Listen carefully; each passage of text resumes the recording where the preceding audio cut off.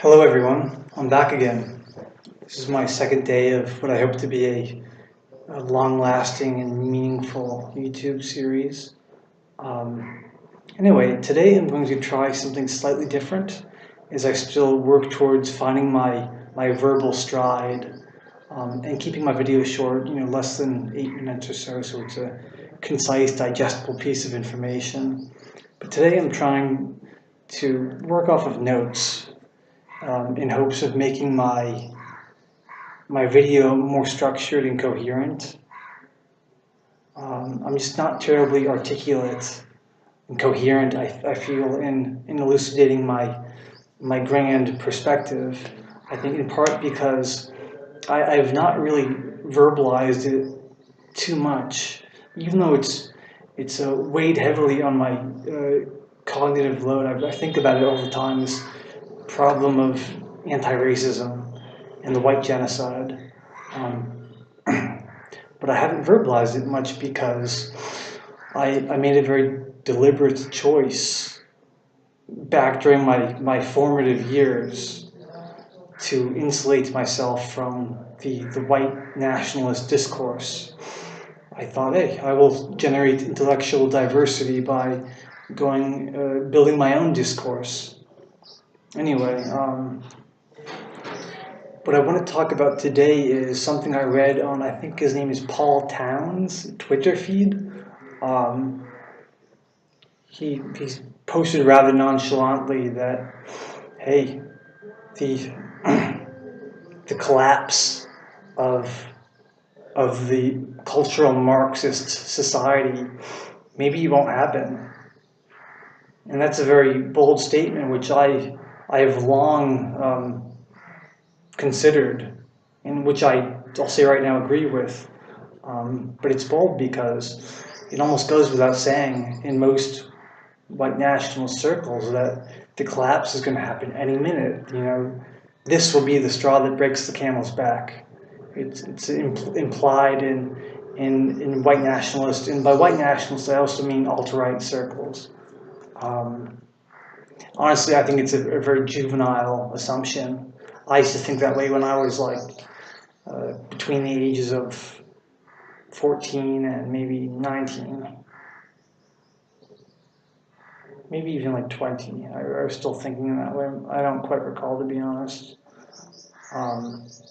Anyway, this is a classic declensionist narrative, as I've heard many anti-racists like Tim Wise disciples say.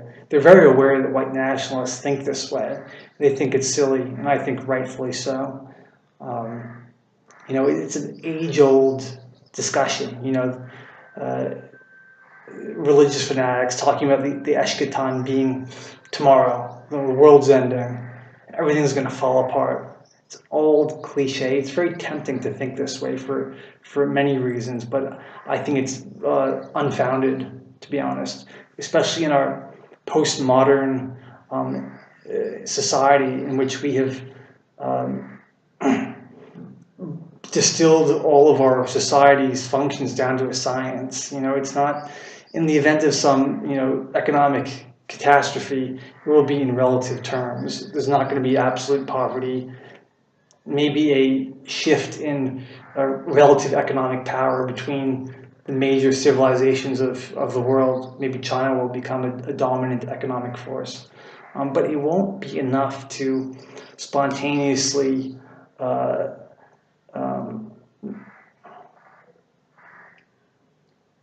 arouse racist passions in white people and cause them to lose face and decide, hey, I want to look after my own people.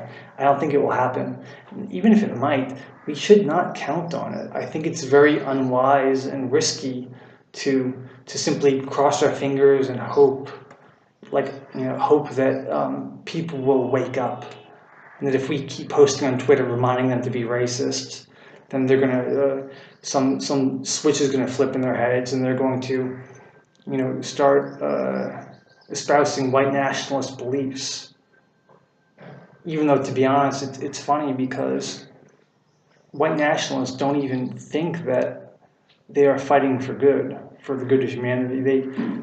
they themselves feel like evil people. They don't think it's moral. They think, it is greed. It is uh, uh, kinship, like a kinship social process, or tribal egoism, or whatever stupid terminology they use for it. So I think that suggests a fundamental flaw in their worldview.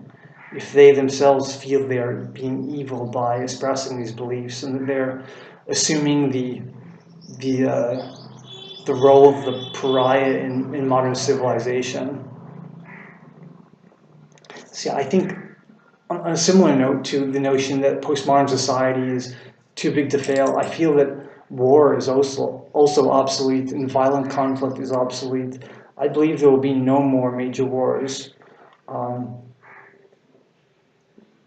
I believe it's a terrible thing to count on, to think that when war breaks out, then we masculine tribal whites, then we'll rise up.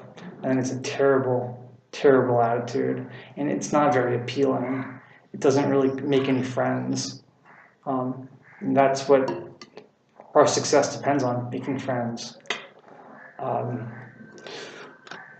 Yeah.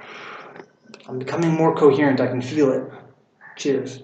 Prost or Sante or L'chaim or whatever else. I should know some more, but I forget. So I don't think any major economic setbacks will lead to widespread unrest. And I don't think it will trigger any uprising of the Turner Diaries variety. I don't think there'll be any balkanization scenario or any last-ditch alpine redoubt scenario in the Pac Northwest or Idaho. Terrible idea, I think. And yeah, so back on the point that was being made, I believe his name is Paul Town, but the idea that maybe there won't be some collapse. Maybe it won't happen in our lifetimes or the lifetimes of our children even. I feel that this reminds me of what I've learned about the nature of procrastination. So for a long time, I was a total, unrepentant, clinical procrastinator. I would procrastinate on everything, especially schoolwork, as I recall, in many things in my life. I'd always think, tomorrow. And one thing I learned, I forget where, but it's a very important piece of wisdom, in my opinion, is that procrastination is caused by a variety of things. But one fundamental cognitive process which gives rise to procrastination is a lack of comprehensive understanding. So for example, making a website, I want to make a website, a personal page or something to post my writings or whatever, and to disseminate my ideas. But I always procrastinate about it. I've made websites before. I kind of know how to do it. It's relatively intuitive. There's literature online about how to do it. But things I don't have a gut level muscle memory of how to do it. And that's why I procrastinate, because it's not a simple, straightforward thing I can do by rote.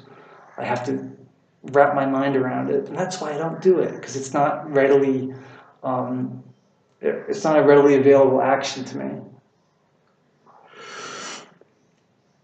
And so what I'm saying is that I feel that this reliance on this attitude among white nationalists and alt-righters, the collapse will happen tomorrow, I feel that is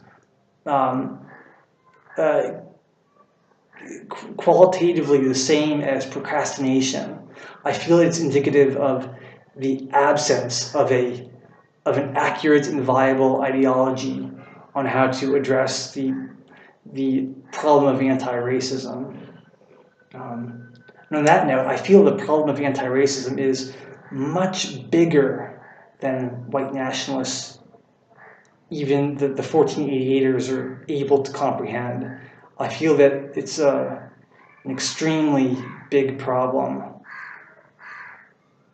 for everyone, and each moment we let this problem persist and dig deeper, it's really unfathomable how much pain and suffering it causes for all of humanity. It's really perhaps best left for another video to discuss, because at this stage of my YouTube cultivation, I can only be really topical. I can't really get into details yet. They'll come though, believe me. Right now I just have to scrape the surface. But I feel that we really can't permit ourselves to let anti-racism last any longer than it has to. I feel it must be brought to a swift end. And I've discussed a little bit how we can maybe do this in the reasonably foreseeable future. Just simple direct action, talking to people, tweaking our ideas and making our ideology more concrete, such that it is obvious to us how we can bring about the end of anti-racism. One dream I have, and to be honest, I really want to do it, because I hate being an internet person. I'd rather do stuff in real life. But it would be to, for example, occupy the Martin Luther King Monument in DC. For dramatic flair, I'd like to climb on top of it, with the symbolic meaning being that we're on the shoulders of giants. That is, that we wish to build upon the legacy of Dr. Martin Luther King, rather than topple it down, for example. And it's actually an Isaac Newton quote: "I stand on the shoulders of giants." Yeah, I think I'm already past my limit for this video. It's 12 minutes. I should save more for later. I wanted to talk about my two God-given mandates for humanity, but that stuff can wait. Anyway, have a good day. Talk later. See you. Goodbye. Peace.